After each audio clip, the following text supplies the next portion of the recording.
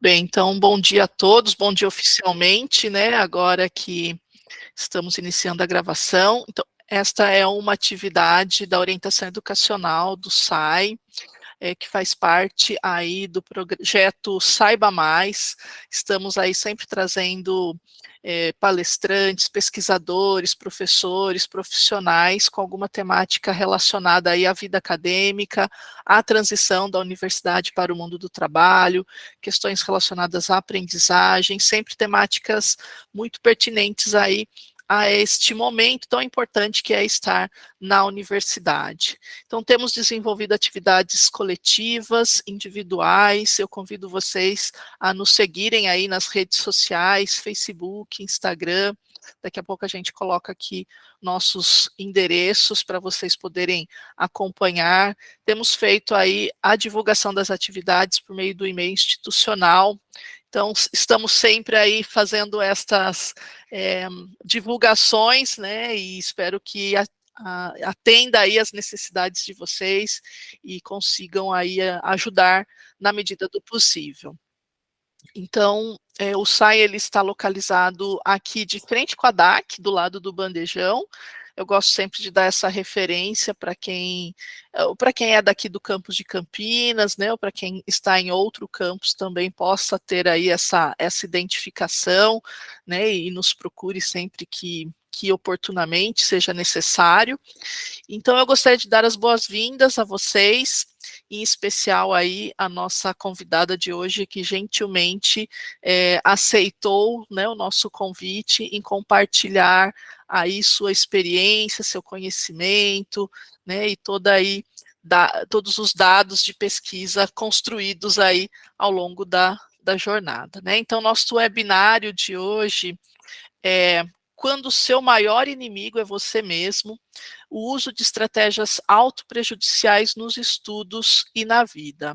Então, eu vou apresentar a Daniele para vocês. Ela é Daniele Ribeiro Ganda, ela é psicóloga, mestre e doutora em educação pela Universidade Estadual de Campinas.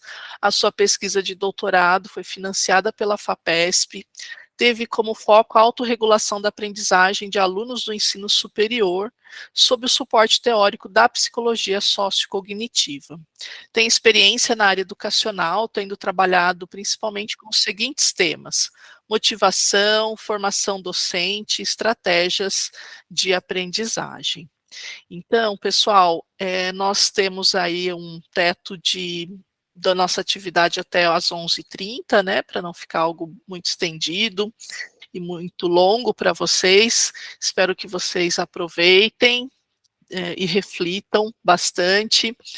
Nós tivemos aí muitos inscritos, muitos interessados nesta atividade. Vocês podem também utilizar aqui o canal de comunicação pelo chat para fazer perguntas, comentários, que eu estarei aqui acompanhando, né, e mediando esta atividade.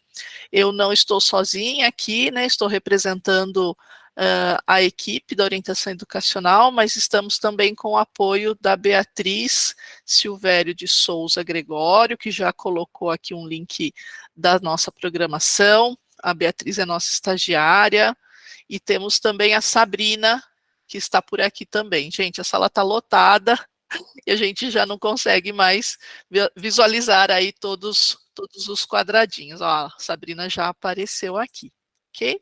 A gente pretende reservar um espaço de tempo mais ao final da apresentação da professora Daniele, para vocês poderem comentar também. Então, quem ficar à vontade para abrir microfone, será muito bem-vindo, ok? Então, eu gostaria de passar a palavra aí para Daniele Ganda e agradecer aí novamente, né, a sua disponibilidade e interesse em contribuir conosco nessa temática tão importante. Seja bem-vinda, Daniele. Bom dia, estão me ouvindo bem? Sim, Sim, o sim, volume. tá ótimo. Eu estou ouvindo, pessoal, vocês contem aí também, ó, Luan e Mércia também disseram que sim, Cássia, Ai, Ellen. tá bom, se o volume estiver adequado, vocês me avisam, caso eu precise me adaptar também, que eu precisei trocar de computador, tá bom? Bom, primeiramente, um ótimo dia para todos. Então, é uma satisfação muito grande. Eu quero aqui dizer que eu estive por bons 8 anos na Unicamp, então eu tenho um carinho muito grande pela universidade, né? E estar aqui hoje podendo trazer um pouquinho daquilo que eu estudei, da minha experiência, compartilhando com vocês, é algo que me felicita assim muito, me deixa muito satisfeita. Então, assim, o tempo é curto para a gente falar de um assunto que é tão interessante, é um assunto que eu me aprofundei muito durante o mestrado e o doutorado. E eu espero que vocês possam gostar também desse assunto e a gente não vai fechar a comunicação aqui. Depois eu vou deixar os meus contatos também para a gente continuar falando sobre isso. Mas primeiramente, obrigada pelo convite, tá? Um ótimo dia a cada um de vocês que aqui estão. E hoje nós vamos falar de um tema que para mim é muito caro, assim, é muito importante porque ele contribuiu muito, não só na minha vida profissional, mas pessoal também.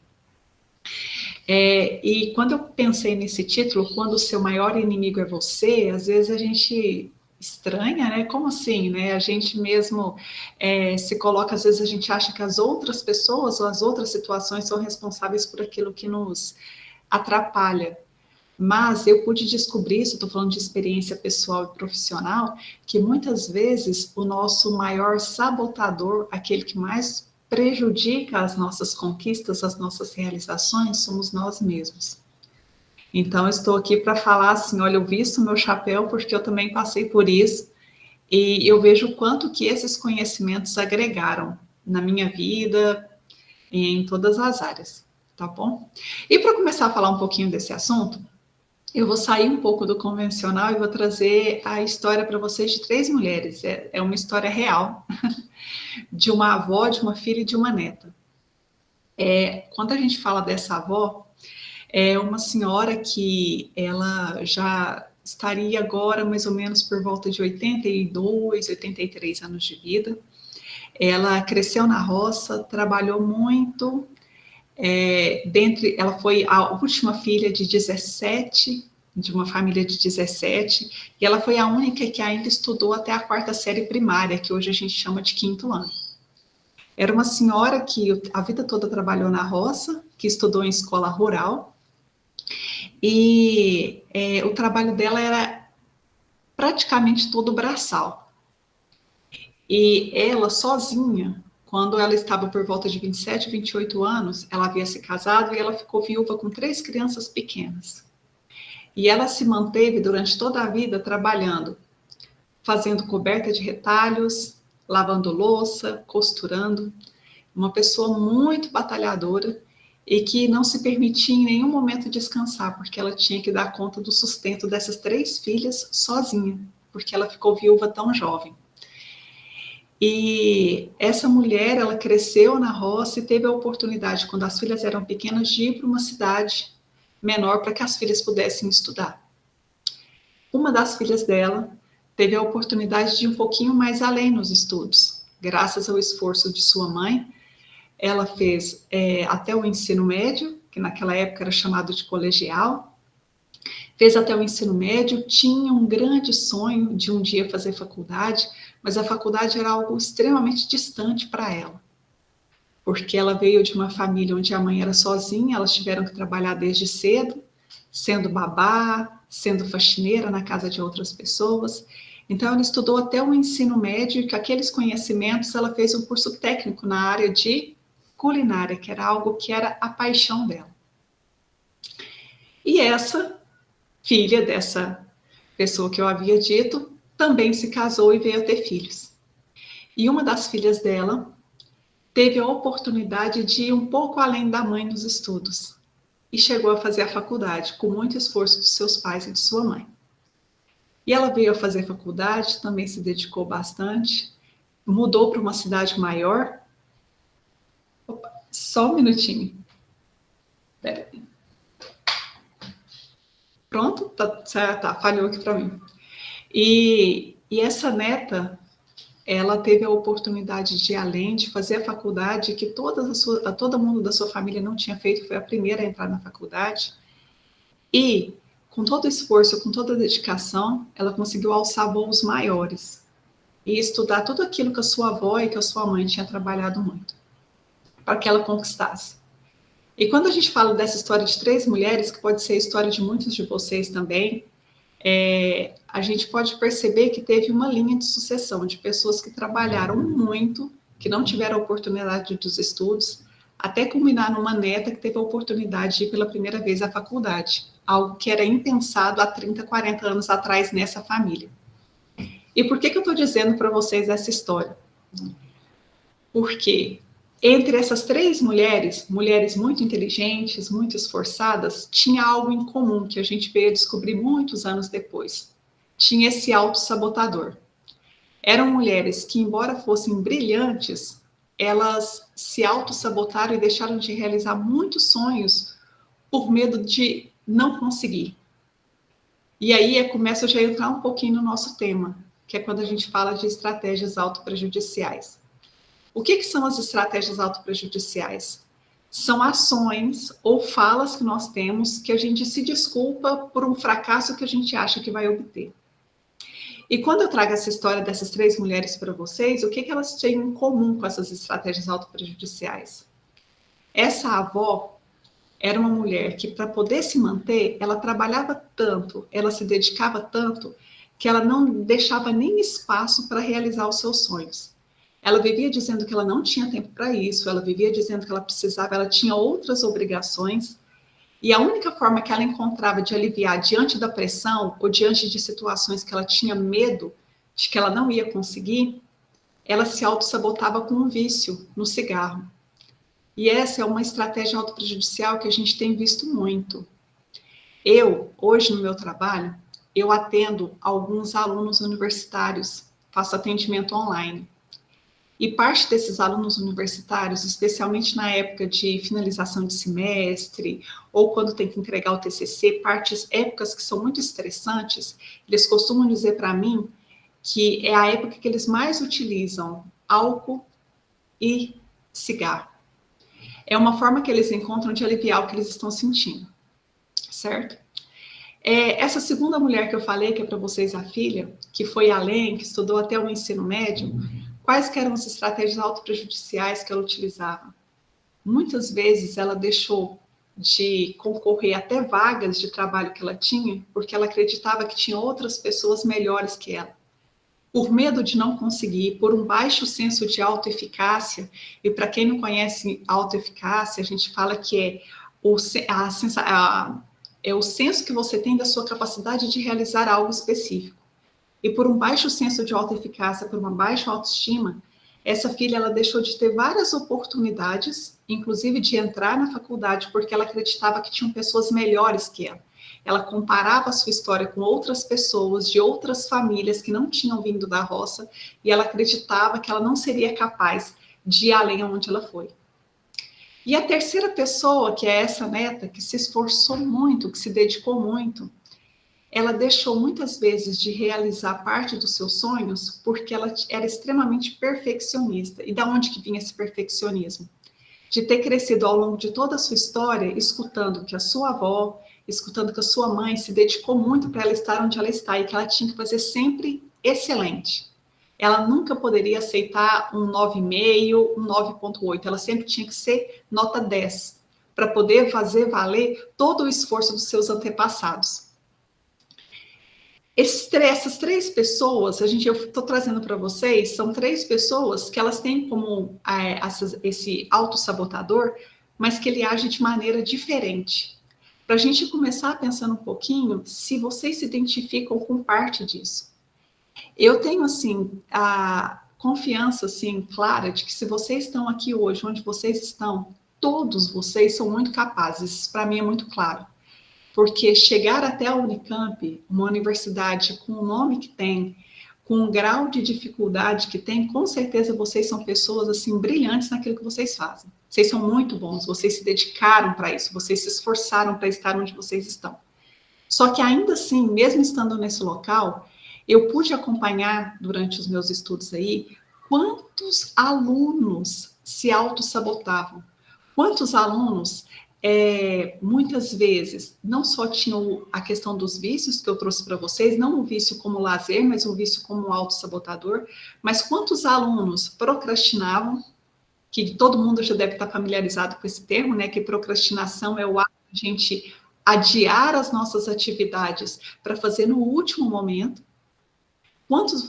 Eu pude compartilhar, pude observar quantos procrastinavam, quantos usavam de desculpas quando não ia conseguir realizar alguma atividade, porque não se sentia capaz o suficiente.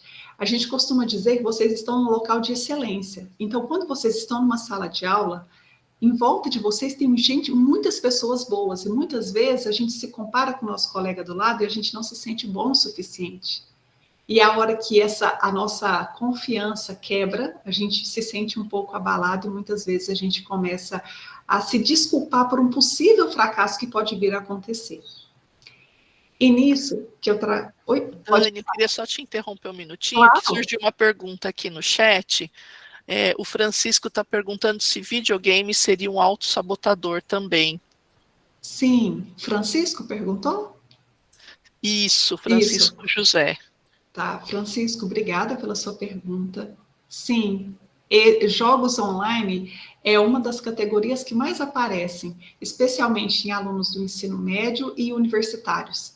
Porque os jogos, eles por si só são extremamente atraentes, né? E a gente se perde em horas jogando online. Então, muitas vezes, vários alunos não utilizam aquilo apenas como um recurso de lazer em alguns momentos. Às vezes eles ficam horas, eles passam a noite inteira jogando online e no outro dia eles são prejudicados seja na aula, seja na realização da prova. Então, assim, a gente costuma dizer que o lazer, gente, ele é fundamental. O lazer, quando eu vou fazer um planejamento de estudo com os meus alunos, eu costumo dizer para eles assim, que assim como dormir, se alimentar bem, fazer uma atividade física, a gente tem que planejar parte da nossa semana para o lazer. Isso é fundamental, certo? Porque a gente fala que na hora que a gente está comendo, descansando, fazendo uma atividade física, aquilo é para o corpo, mas a mente ela precisa de momentos em que ela faça algo que realmente traga uma satisfação para ela. É importante a gente incluir atividades de lazer, esse não é o problema. Não é o problema, nem se eu falar assim, olha, você ir numa festa, isso não é o problema. É a quantidade e o momento que a gente faz. Isso. Ele se torna autossabotador a partir do momento que você joga videogame por 5, 6 horas, quando você poderia ter reservado parte dessa hora para estudar para uma prova, para uma disciplina que você tem, certo? Então, sim, realmente os jogos online eles podem ser considerados uma estratégia autossabotadora, certo? E quando eu trouxe para vocês essas questões, e eu falei da história dessas 3 mulheres, essas 3 mulheres são da minha família. É a minha avó, é a minha mãe e sou eu. Por que eu digo isso para vocês?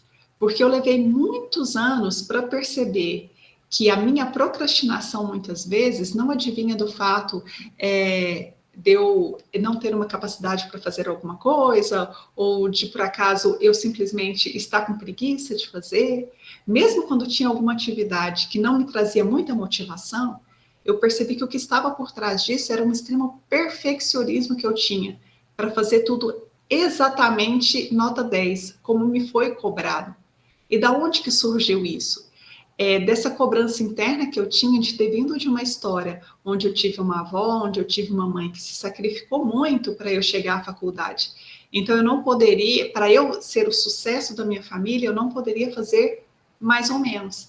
E quando eu me deparei com diversos colegas que eram brilhantes, eu comecei, a minha confiança abalou. E eu falei, nossa, para eu ser boa nesse ambiente, eu tenho que fazer tudo perfeito. E aí a gente tem que trazer algo que é fundamental. Perfeito, o que é perfeito? O que é o ideal da perfeição? A gente fazer o melhor que a gente dá conta, certo? Então, muitas vezes, às vezes a gente compara o nosso 8 com o 8 de outra pessoa, mas às vezes com o 10 de outra pessoa, perdão. Mas às vezes o nosso 8, diante da vida que nós temos, diante do esforço que nós fizemos, às vezes é o nosso 10. E a gente tem que estar muito consciente disso. E a partir do momento que eu entrei em contato com o conteúdo das estratégias autoprejudiciais e que eu tive a oportunidade também de trabalhar isso, de fazer terapia, eu pude perceber, quando eu aceitei o que eu sabia, eu entendi de onde que vinha esse meu autossabotador, ficou muito mais leve. Eu comecei a fazer o meu melhor, e no fazer o meu melhor, eu avancei muito mais.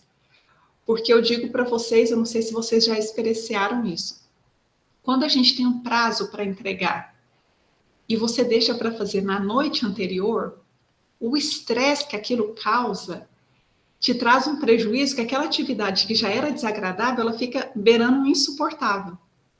E eu costumo dizer que não, nós não precisamos gostar de todas as atividades e de todas as disciplinas do mesmo jeito. Não tem problema. Cada um de nós tem a sua preferência, tem a sua facilidade com um conteúdo ou outro. Não, esse não é o problema.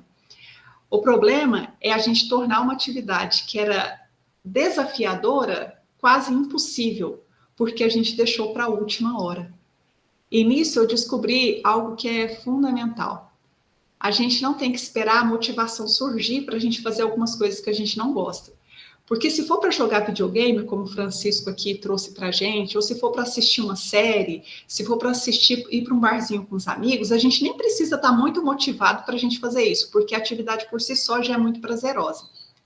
Mas para a gente estudar, para a gente fazer algumas atividades, para escrever um capítulo do TCC, isso demanda muita energia mental nossa. E aí, se a gente fosse ficar sentado esperando surgir uma motivação do nada, dificilmente isso vai acontecer. E aí eu costumo dizer que a gente tem que trocar a motivação por uma decisão. Então a gente coloca o seguinte, olha, naquele dia, naquele horário, de tal a tal hora, e é bom estabelecer começo e fim, eu vou sentar e eu vou escrever, eu vou me dedicar a escrever 2 parágrafos do meu capítulo. Que seja 2 parágrafos, a gente começa assim. E quando a gente coloca isso como uma decisão e a gente não espera a motivação chegar, por si só, a realização da atividade, ela começa a ser motivadora, porque você vê que você conseguiu dar um pequeno passo, mas é o começo, certo? Essa é uma forma que a gente pode fazer de lidar, por exemplo, com a procrastinação. E algo que eu queria trazer importante para vocês também, que às vezes a gente acredita que fazer coisas demais significa que a gente é muito produtivo. E não necessariamente. Às vezes, se a gente fazer as coisas certas no tempo que a gente tem que fazer, a gente é mais produtivo do que a gente encher a nossa agenda. Lembra que eu comentei com vocês a história da minha avó? A minha avó era uma mulher inteligentíssima. Ela não tinha a escolarização que nós temos. Ela não chegou à faculdade, ela não fez o ensino fundamental completo, o ensino médio, mas era uma mulher brilhante, que eu via ela fazer cálculos de cabeça quando ela tinha que fazer o sabão, quando ela tinha que fazer a coberta, que eu precisava de tempo para entender o que ela tinha feito. Então, era uma mulher brilhante, a inteligência dela era uma inteligência prática. Só que era uma mulher que ela se ocupou tanto que mesmo quando a vida ficou mais tranquila, ela não se permitiu resgatar uns sonhos que ela tinha. E um dos sonhos que ela tinha era estudar história. E aquilo era muito distante para uma pessoa que tinha vindo da roça. Então, eu percebi que ela lidou com as frustrações dela ou com a falta de capacidade, muitas vezes dizendo para outras pessoas assim: eu não tive tempo, ou eu tive que cuidar das minhas filhas, mas mesmo quando as filhas saíram de casa e se casaram, ela ainda continuou utilizando aquela desculpa. Porque para ela era difícil aceitar que ela teria que superar. Certamente seria mais difícil, mas ela poderia ter ido atrás. Então eu vejo que era uma pessoa de uma inteligência fantástica, que poderia ter sido uma historiadora maravilhosa, com tanto conhecimento de vida que a minha avó tinha, mas que ela foi barrada por uma falta de confiança em si mesma. E ela se ocupou com tantas coisas que não sobrava tempo. Todas as vezes que ela teve a oportunidade de voltar aos estudos, eu pude acompanhar, queria que minha avó fizesse EJA, ela sempre arranjava uma atividade ou algum problema. Ela chegou, inclusive, a ter dores de cabeça quando era para começar as aulas. Ela, eu não estou me sentindo bem. E ela deixou de ir. Ela pensou, eu estarei lá com outras pessoas, eu vou ficar muito constrangida de ser uma senhora de idade estudando, certo? E o vício do cigarro, que foi algo também que ela encontrou uma forma de aliviar as suas próprias frustrações. Já a minha mãe, que eu estava dizendo para vocês que é a filha dessa senhora, A minha mãe, mesmo com as suas dificuldades, passado um tempo depois que todos os seus filhos tinham se formado, minha mãe já era avó, com muita insistência, principalmente minha, eu falei, mãe, eu vou te ajudar e a senhora vai prestar o Enem. E a minha mãe fez um cursinho, prestou o Enem e a minha mãe passou. E o bonito dessa história é que a minha mãe, a minha mãe fez o curso de História aqui na Federal de Uberlândia, onde eu estou falando de Uberlândia, fez e ela seguiu muito daquilo que ela escutava da mãe dela, e ela é muito feliz naquilo que ela escolheu. E durante o curso da minha mãe, eu tive que acompanhar diversas vezes ela diante de um computador que ela não sabia, não tinha familiaridade, ela teve que aprender a mexer no computador, e ela teve que aprender a escrever. Para ela, o maior desafio era colocar no papel aquilo que ela pensava. Uma mulher com muitas ideias, super ativa, tem muito conhecimento também, mas ela não dava conta de sentar e escrever nessa estrutura da ABNT que a gente está tão acostumado, né, hoje em dia, para fazer os trabalhos. E eu tive que dizer isso para minha mãe. Eu falei, olha, mãe, eu vou falar para a senhora, não saber as regras da ABNT não faz com que a senhora seja menos que os seus colegas de 18, de 20 anos que já nasceram com computador. A senhora tem toda a capacidade para aprender, pode levar um tempo maior, mas eu vou te ajudar nesse processo. E a minha mãe conseguiu. A minha mãe se formou em História em 2018, e eu tenho muito orgulho de ver isso acontecendo, porque ela também teve que superar esse autossabotador. Porque, só um exemplo curto eu vou trazer para vocês, a minha mãe tinha tanto medo de ser reprovada, no Enem, dela não ser chamada para a faculdade, que no dia da prova ela foi a última a entrar, quase que fechou o portão. Ela se enrolou tanto, ela teve tanta dificuldade para sair de casa, que ela perdeu o óculos, que ela esqueceu a chave. Então, foi com muito custo, ela foi a última a entrar no portão. E aí, depois, quando terminou a prova, eu fui buscá-la, ela disse assim para mim, eu acho que eu não fui bem nesse tal de Enem, porque eu cheguei muito apressada, eu estava muito nervosa, esqueci minha garrafinha d'água. Eu falei, mãe, não precisa se desculpar para mim. Para mim, a senhora já é vitoriosa, certo? Mas ela estava se desculpando para todos, com medo do resultado. E no dia que saiu o resultado do Enem, foi eu e meu pai que viu, porque minha mãe não teve coragem de ver, porque ela já estava esperando o pior, o fracasso. Então, eu estou dizendo para vocês que muitas vezes as outras pessoas que estão, quem está perto de nós até quer nos incentivar e a gente fica jogando contra nós mesmos. É como se a gente tivesse um time inteiro de futebol jogando com a gente, mas nós ficamos fazendo o tempo todo gol contra. E aí, como que a gente aprende isso? A gente tem que se permitir. Permitir se autoconhecer. Eu acho que essa talvez seja a grande chave.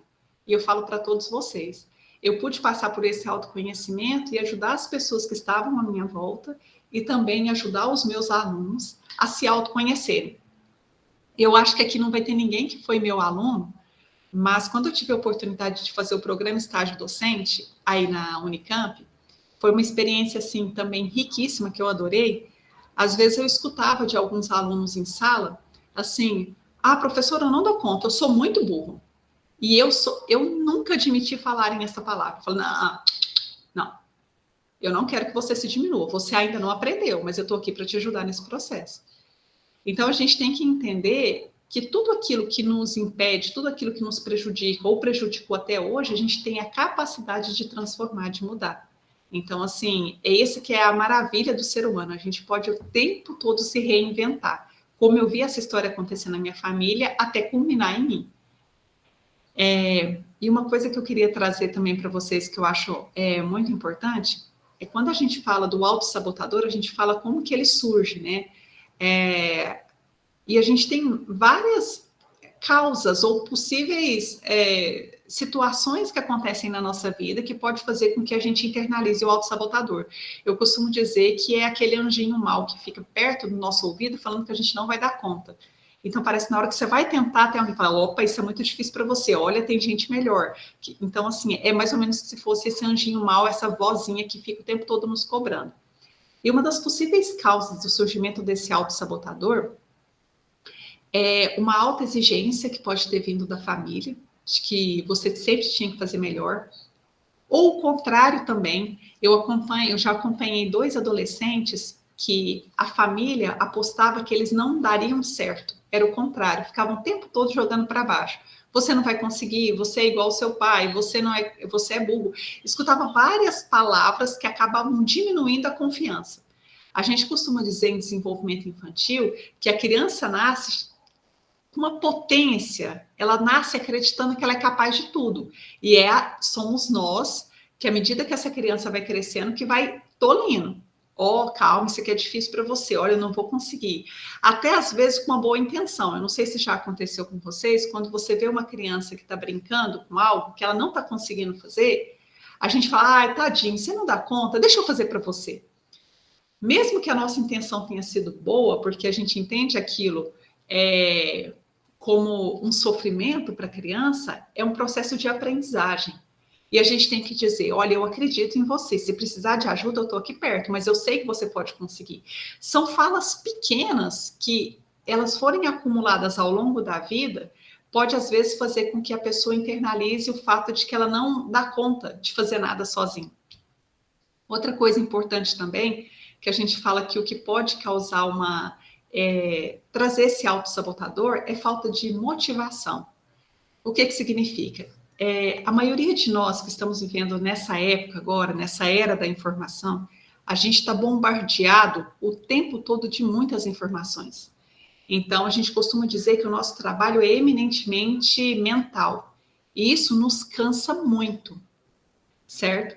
E muitas vezes a gente tem que optar no que a gente vai gastar energia. Então, às vezes, depois de um dia super sobrecarregado, onde você teve diversos compromissos na faculdade, onde você teve aulas pesadíssimas, onde você tem que estudar, tem os seus desafios pessoais e uma série de coisas, é muito difícil sobrar, às vezes, energia e motivação para você ainda chegar e trabalhar naquele conteúdo que você está com mais dificuldade. Então, por isso que eu falo que às vezes a gente não pode esperar a gente ter motivação para tudo, porque vocês estão na Unicamp, eu imagino que vocês são de diversas áreas aqui, diversos cursos, mas independente de qual seja o curso, sempre vai ter alguma disciplina ou alguma atividade que é muito desafiadora para você. Isso vai acontecer com frequência. E esperar que você vai ter energia 100% e motivação para você chegar em casa depois de um dia cansativo, e agora eu quero estudar aquele conteúdo, não vai surgir. Então, por isso que eu falo que muitas vezes a gente tem que ter mais determinação para começar do que necessariamente esperar a motivação surgir, certo? Outra coisa importante que eu vou trazer para vocês a gente está numa era que a gente tem, vai ser estranho, vai soar estranho que eu vou falar, mas é isso, a gente é permitido com que a gente sofra. Fala, como assim?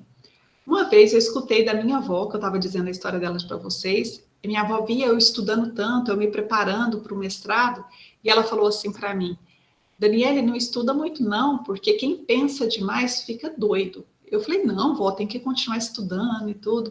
E ela falou assim, hoje em dia vocês têm tempo para estudar e para sofrer. E eu fiquei depois refletindo sobre aquela fala da minha avó, e é realmente isso. Na época da minha avó, ela não tinha tempo para pensar nela, porque ela tinha que dar conta da subsistência das filhas dela. Então, eu tive a oportunidade de estudar, de pensar, de refletir. E tudo aquilo que eu estudava, eu acabava trazendo para a minha vida, muitas vezes. E geralmente eu entendi o que minha avó dizia quando ela dizia assim: eu, na minha época, não tive tempo para sofrer, porque eu tinha o conforto de ter tempo para ficar triste, de ter tempo para procrastinar. E é interessante porque a gente fala assim que quando a pessoa o horário dela é muito apertadinho e ela só tem aquele das 17 às 18 para fazer alguma coisa, ela vai fazer. Mas se ela tiver um horário mais tranquilo, às vezes ela avança, à noite não faz, vai fazer nas vésperas de entregar. Então, quando a gente tem, vamos dizer, está sobrando tempo, muitas vezes a gente se permite deixar para a última hora. Então, eu costumo dizer assim, que a gente está numa época fantástica em que é permitido a gente falar das nossas emoções, é permitido a gente falar que a gente não dá conta, coisas que antigamente não eram possíveis, só que a gente tem que trazer isso para o nosso benefício. Certo? E eu costumo dizer algo que é muito importante para os pacientes, para os alunos, tem algumas coisas que são inegociáveis. Então, se você tem que fazer algo que é importante para você, não sacrifique as suas horas de sono, não sacrifique uma boa alimentação, porque você precisa do seu corpo inteiro para você realizar as atividades mais difíceis. Outra sugestão que eu dou também é quando você tem que fazer algo que é muito difícil, por exemplo, se você tem que fazer uma lista, por exemplo, de exercícios de cálculo, e é algo que para você é muito desafiador. Escolha o momento do dia que você tem mais energia. Cada um tem o seu horário. Eu vou dizer por mim, eu funciono muito pela manhã. Então, aquilo que eu tinha que fazer que era mais desafiador, que para mim, por exemplo, era fazer a análise estatística dos meus dados de pesquisa, eu deixava para fazer no começo da manhã, entre 8 e 11 horas da manhã, porque era o horário que eu estava com a mente mais tranquila. À medida que ia avançando a tarde, avançando a noite, eu percebia que a minha concentração caía. Aí eu deixava para fazer coisas que não exigiam tanto da minha concentração. Então, é uma das sugestões que eu posso dar para você. Tem inúmeras, depende de cada um. Marilda, alguém levantou a mão? Sim, Daniele, olha, tem uma pergunta aqui no chat, depois o Arney quer fazer uma pergunta também, Pode. tá? Uhum. A Laís pergunta assim, gostaria que falasse sobre propósito, se sentir que existe um propósito para realizar as tarefas é realmente algo importante. Uhum. E o Arney, ele tá com a mãozinha levantada, ele quer fazer uma pergunta também. Tá bom. Quer que eu responda ou quer que o Arne quer falar primeiro? Pode falar, o Arney, aí ela já responde as duas.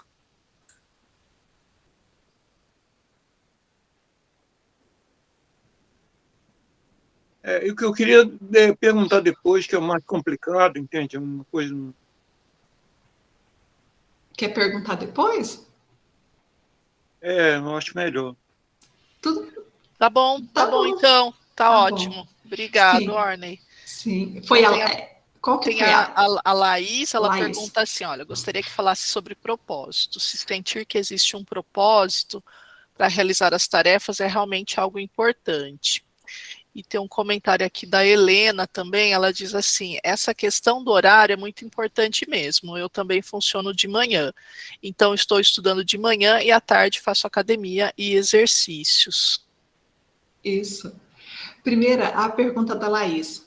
Laís, essa é uma das estratégias que a gente utiliza. Você colocar um significado, um propósito, um motivo naquilo que você está fazendo. Eu vou dizer um exemplo. Por exemplo, nossa, eu tenho que começar a fazer atividade física, fazer musculação, e eu odeio musculação. Eu não gosto de fazer musculação. Mas qual que é o propósito de fazer musculação?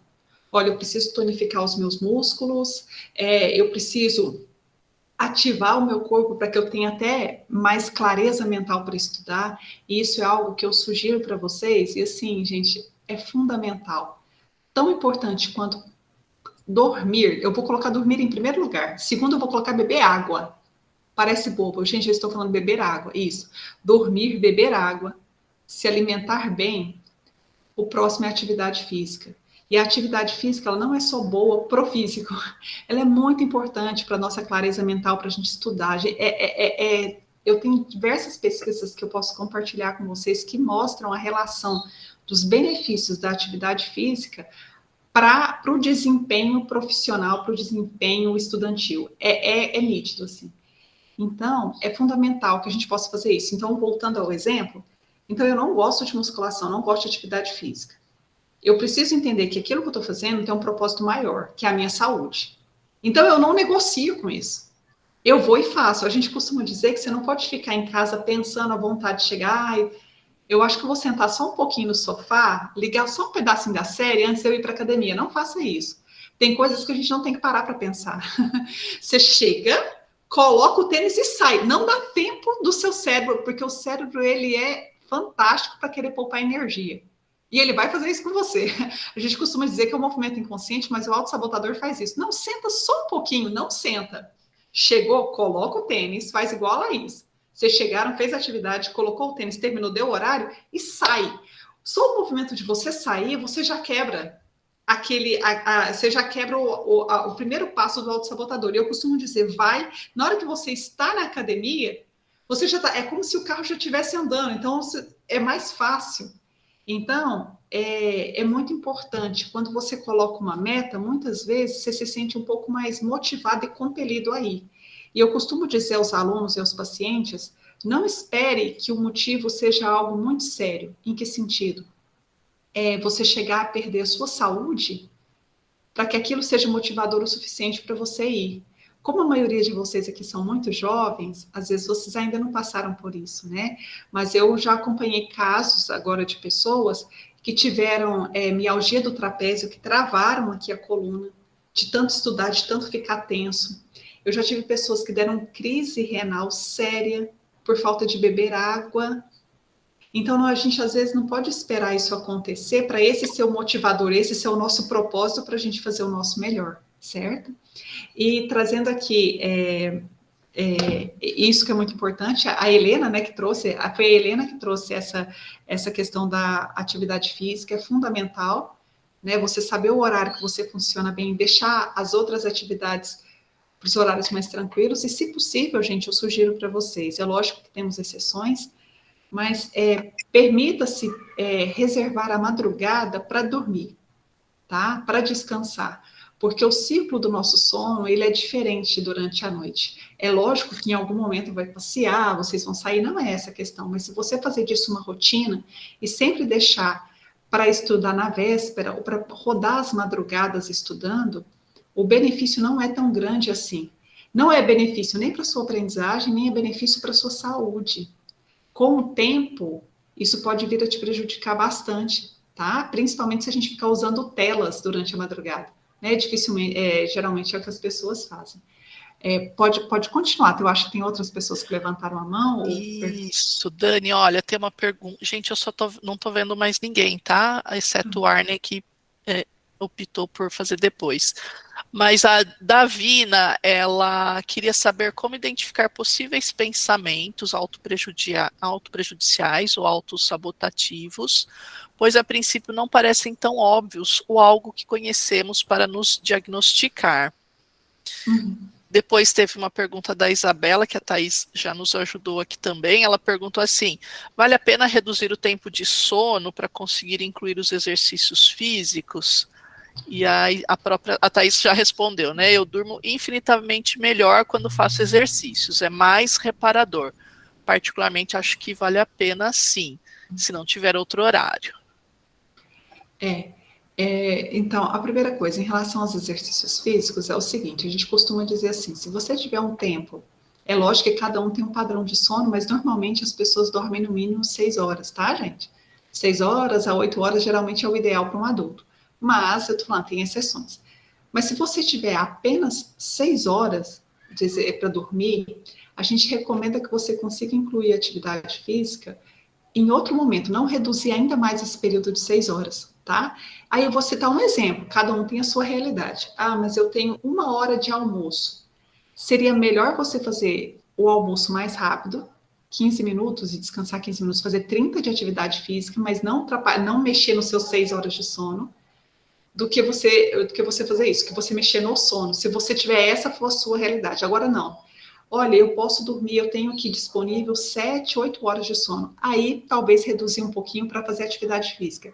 Porque realmente, tanto a gente dorme melhor, quanto a gente estuda melhor, a nossa memória, ela é muito mais eficiente e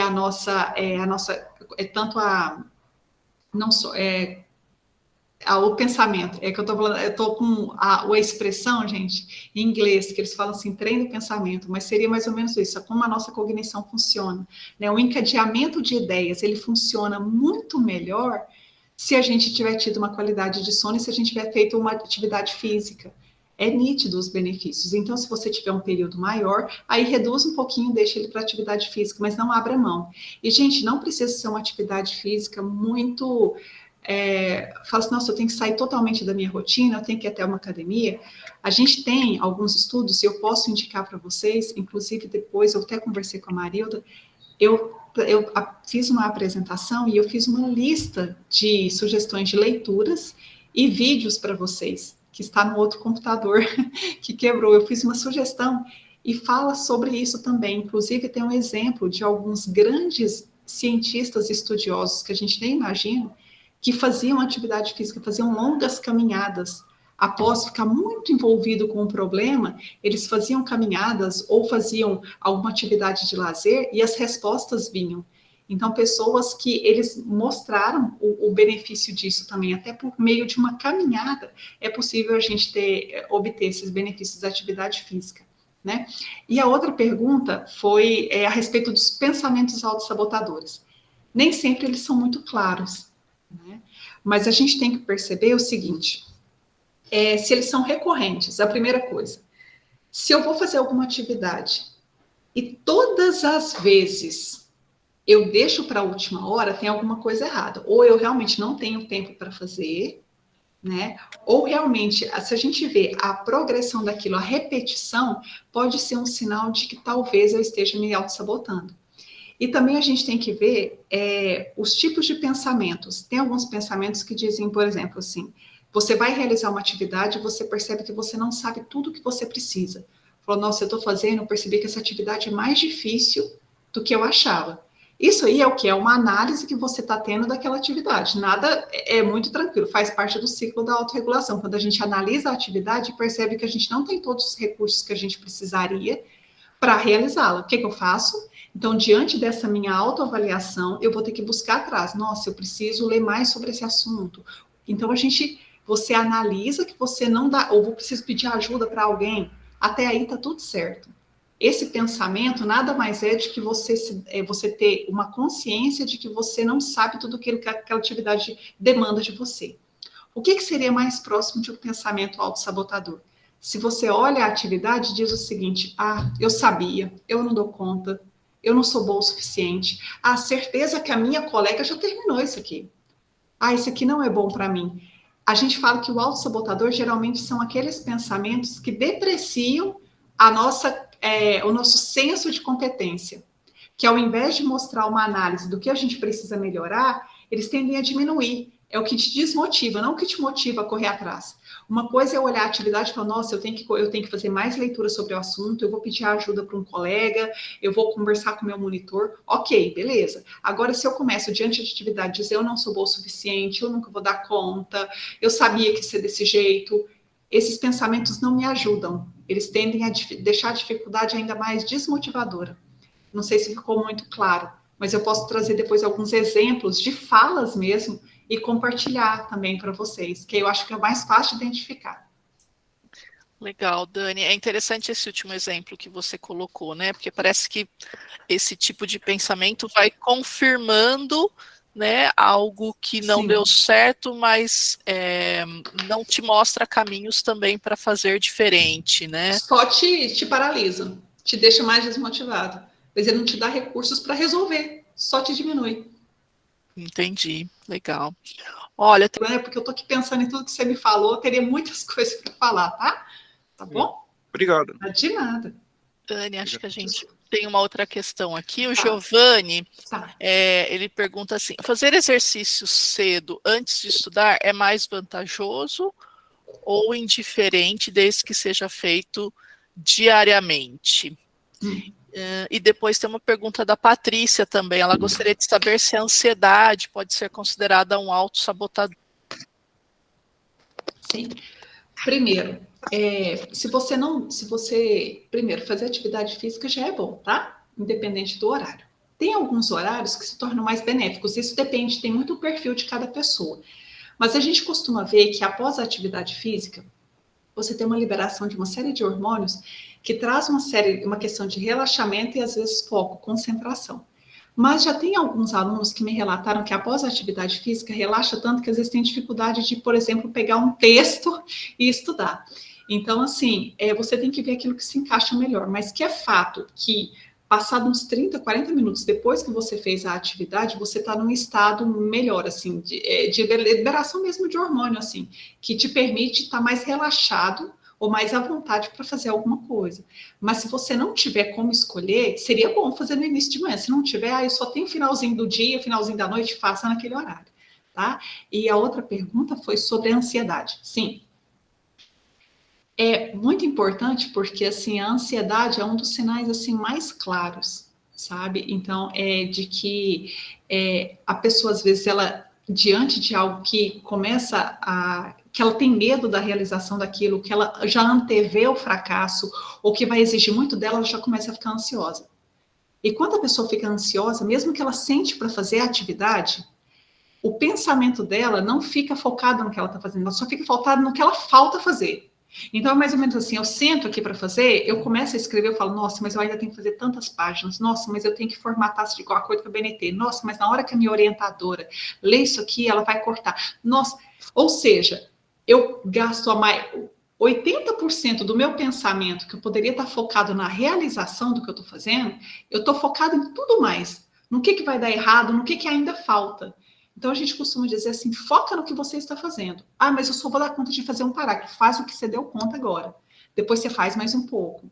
Né? E a gente fala a questão do preciosismo. Muitas vezes a pessoa fica ansiosa porque ela escreve um pedaço e ela já diz assim, ai, não ficou bom, ficou horrível, eu já tenho que mudar. E aquilo já traz uma ansiedade. Escreve, a gente começa a falar assim, escreve do jeito que veio, tempestade de ideias, vai, sem preocupar com o português correto. Escreve, depois você refina, depois você pede a ajuda de alguém para ler com você. Então, não fica atento a isso, porque a ansiedade, ela pode gerar, inclusive, sensações físicas que te atrapalham. E aí, você fica com aquela imagem, sabe qual que fica na sua memória? Você começa a escrever alguma coisa, você começa a ficar nervoso, você já começa a querer levantar, aí a memória que você tem é que todas as vezes que você for fazer aquilo, é muito ruim. Você fica com a sensação física e mental de que é muito ruim o que você está fazendo. Então, a gente fala que a ansiedade pode ser, sim, um autossabotador e que existem várias formas de a gente diminuir o nível de ansiedade. Um pouquinho é normal, mas vamos diminuir o nível de ansiedade para a gente conseguir realizar. Eu não sei o nome de quem perguntou, mas se caso quiser também, eu trago algumas sugestões de como, quando você identificar que você está começando a ficar ansioso, como você abaixar o nível de ansiedade. Atividades simples que você pode fazer que pode abaixar. Posso passar também. É a Patrícia que tinha perguntado sobre a Patrícia. ansiedade. Tá, obrigada. A Marisa tem uma pergunta interessante aqui também. Olha, a ideia de autoconfiança excessiva também pode funcionar como um autossabotador? Por exemplo, ficar acreditando que será fácil e ficar procrastinando para iniciar. Sim, esse é um que a gente fala assim, que vocês já ouviram falar de síndrome do impostor, né? A síndrome do impostor, ela já foi categorizada na década de 70, que ela fala que é quando a pessoa nunca acha que está bom o suficiente. Ela, pelo contrário, ela acha que ela é menos e que qualquer vitória dela está enganando os outros, porque ela não é boa o suficiente. Essa é a síndrome do impostor. A autoconfiança excessiva é o contrário. A pessoa acredita que ela é tão boa, que vai ser tudo tão fácil de resolver, que ela não mensura exatamente o que ela precisa. Ou ela não acha que a tarefa é desafiadora o suficiente, ela acha que no final ela vai dar conta, certo? Então, a gente fala que a gente tem que ter um nível de autoconfiança, um nível de autoeficácia ideal, no sentido, bom, eu acho que eu dou conta de fazer, o que eu não souber, eu vou correr atrás, eu tenho capacidade de buscar aquilo que eu preciso para realizar. Até aí, tudo certo. Mas eu pensar que aquilo é fácil demais, que eu não preciso me esforçar, muitas vezes vai contra. Porque o que acontece? Às vezes essa pessoa deixa para fazer, por exemplo, de última hora, ela faz de qualquer jeito, e ela tira uma nota 7. Vamos dizer assim, valia 10 a atividade, ela tirou 7. Ela falou, fui até bem, se eu quisesse, eu poderia ter tirado 10. E às vezes ela poderia não ter tirado ainda. Mesmo ela tendo feito corrida, ela não era boa o suficiente para conseguir alcançar o 10 da atividade, mas ela fala isso para si mesma. Então a gente fala que a gente tem que ter qual que é a chave disso? Autoconhecimento. É a gente ser claro com aquilo que a gente dá conta, com o que a gente não dá conta. E mesmo se você é muito autoconfiante, eu tenho uma sugestão. Se você acha que você é muito bom para fazer alguma coisa, muito bom, faz primeiro, já que é tão simples, faz rapidinho. Eu vou dizer assim, eu falo isso comigo. Quando eu vou fazer alguma atividade, por exemplo, eu tenho várias atividades. Eu estou fazendo uma faculdade agora, e ela é online também. E eu tenho de 15 em 15 dias, eu tenho um módulo. E aí, tem os prazos, tudo certinho. As tarefas que são mais fáceis, que às vezes é de algum conteúdo que eu já vi em algum momento, são as primeiras que eu faço. Sabe por quê? Se eu tenho 5 atividades na semana, por exemplo, eu já faço as 2, as 3 que são fáceis, eu já fico na minha cabeça, opa, já foi mais da metade. Entendeu? Então, já que é tão simples, já que você está tão autoconfiante, faz rápido. Não espera depois, sabe? É uma sugestão. Legal, Dani. E assim, né, tem uma questão da análise da tarefa também, né? Às vezes a gente faz uma análise ou superestima a tarefa, pensa que ela é muito difícil, né, e adia, né, ou a gente subestima a tarefa, nossa, essa é fácil, né, e aí a gente acaba deixando para fazer depois, Sim, e e a na gente se verdade, e nem sempre chega ali muito próximo, né, lógico que essa análise, ela é sempre uma estimativa, né, mas esse ajuste aí da condição, da tarefa, ela é bem importante também, legal. Sim. E é isso, né? A gente vai fazendo essas reflexões para poder identificar as escolhas que temos feito, as estratégias que estamos utilizando e fazer mudanças. O pessoal Sim. estava conversando aqui no chat, falando do SAP, o pessoal já vai se ajudando aqui também, dando várias sugestões de acordo com as experiências de cada um. Olha, Bianca tem uma pergunta aqui, olha, vocês poderiam, por favor, mencionar alguns exemplos do que podemos fazer para diminuir o nível da ansiedade, como foi dito, até o ponto em que torne algo em que temos que lidar, mas não é um impedimento para alcançarmos nossos objetivos. Uhum. Então, é a Bianca que perguntou? Isso, a Isso. Bianca. Então, Bianca, depende da atividade que você tem que realizar ou, né, da situação em que você estiver. Mas, assim, eu vou dizer coisas muito simples, assim. A gente fala que tem até um livro que está dentro da lista que eu vou sugerir para vocês, que fala do mal que é o excesso de pensamentos que a gente tem. E principalmente quando a gente está ansioso, a gente é bombardeado por muitos pensamentos, geralmente negativos, ou eles vêm, é uma chuva de pensamentos, e que traz aquele mal-estar físico também, né? Mas assim, a gente costuma dizer que a gente tem que voltar para o presente, certo?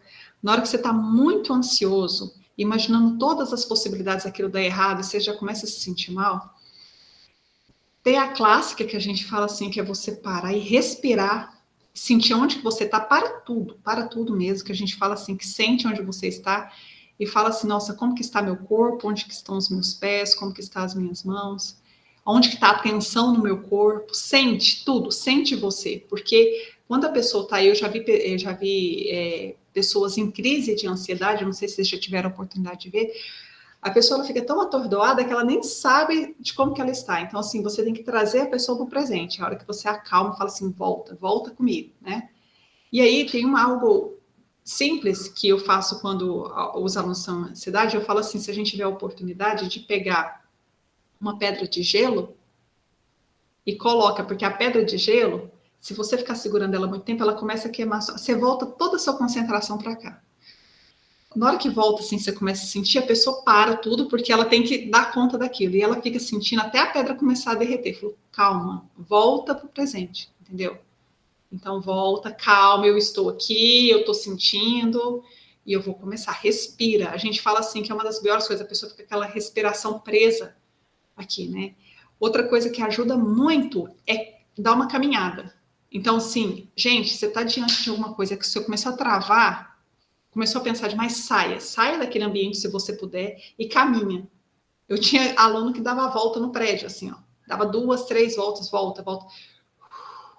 Aí só de você acelerar a sua respiração, você já volta para aquele estado, entendeu? Então, assim, são algumas estratégias, posso dizer assim, físicas, mas a gente tem algumas estratégias mentais também, que você pode, se for da sua facilidade, se tiver como, comece a escrever tudo aquilo que está vindo na sua cabeça, tá? Então, assim, eu estou preocupada com isso, estou preocupada de não dar tempo, eu estou achando isso.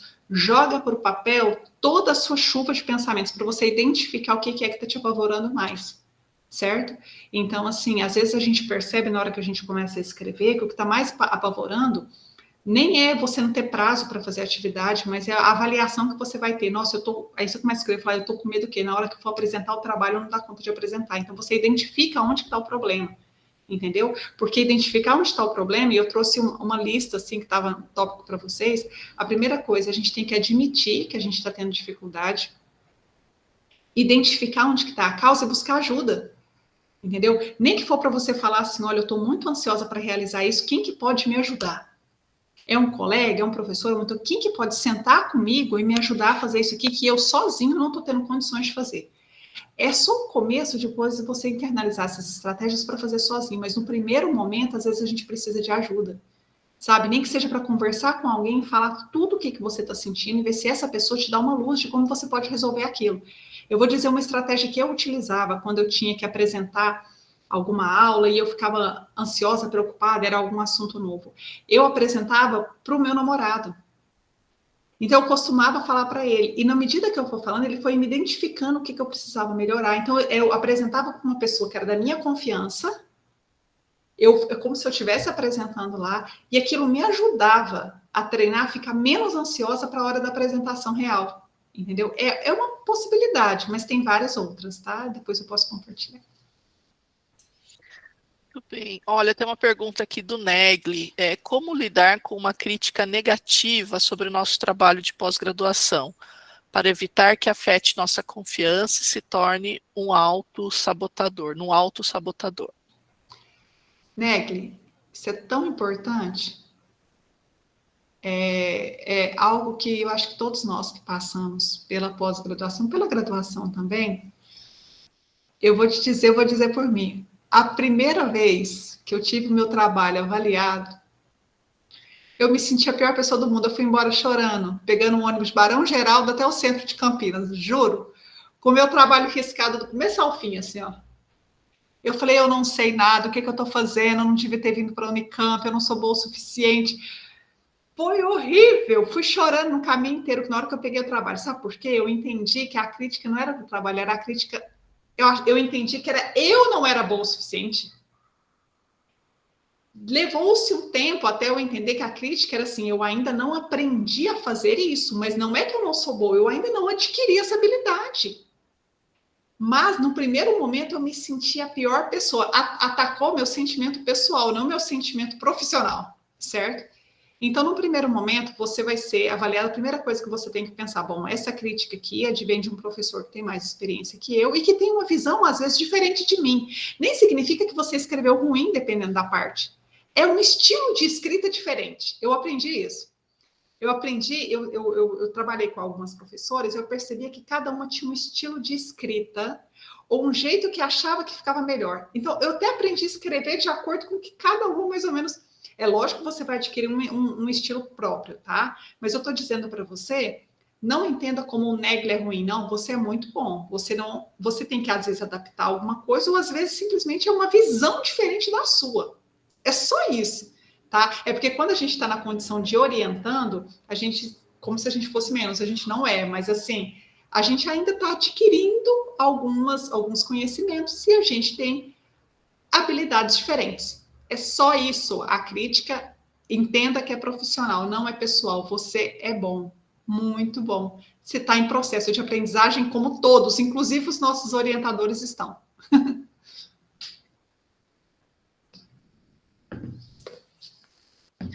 Muito bem, pessoal. Tem mais uma pergunta aqui, Dani.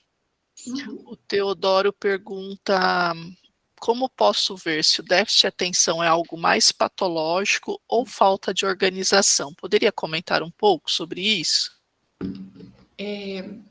Teodoro, né? Teodoro. Sim, Teodoro.